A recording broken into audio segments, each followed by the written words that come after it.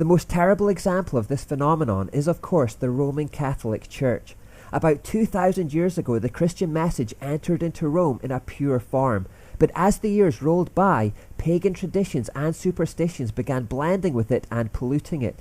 For 1,000 years, these traditions accumulated and were handed down through the generations, with nobody stopping to question whether what they were practicing still looked anything like what Jesus intended. Eventually, they ended up with something so far from the truth that it was nothing but dead, cold, lifeless paganism, with only a superficial facade of Christianity. Why did nobody take a moment to refer to the Bible throughout these 1,000 years to see just how far off track they had gone? The simple answer is that they couldn't. The increasingly corrupt Catholic leaders didn't want the ordinary person to know that it had ceased to look anything like New Testament Christianity, because they were profiting from the whole thing. So they deliberately restricted the availability of the Bible to Latin, which was a language that nobody could read except the clergy, and this created a dependency on the Catholic priests and their institution.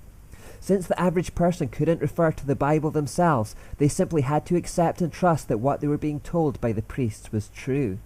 The priests took advantage of their power by spouting self-serving lies, and of course, as they grew wealthier and exerted more influence over the people, the corruption continued and grew unabated. The ordinary person reached a point where they couldn't conceive that church could look any other way. To them, the Roman Catholic system was church. They couldn't see that this was nothing like what Jesus intended. Their image of church was formed entirely by tradition and culture, not by the Bible. This period of ignorance became known as the Dark Ages.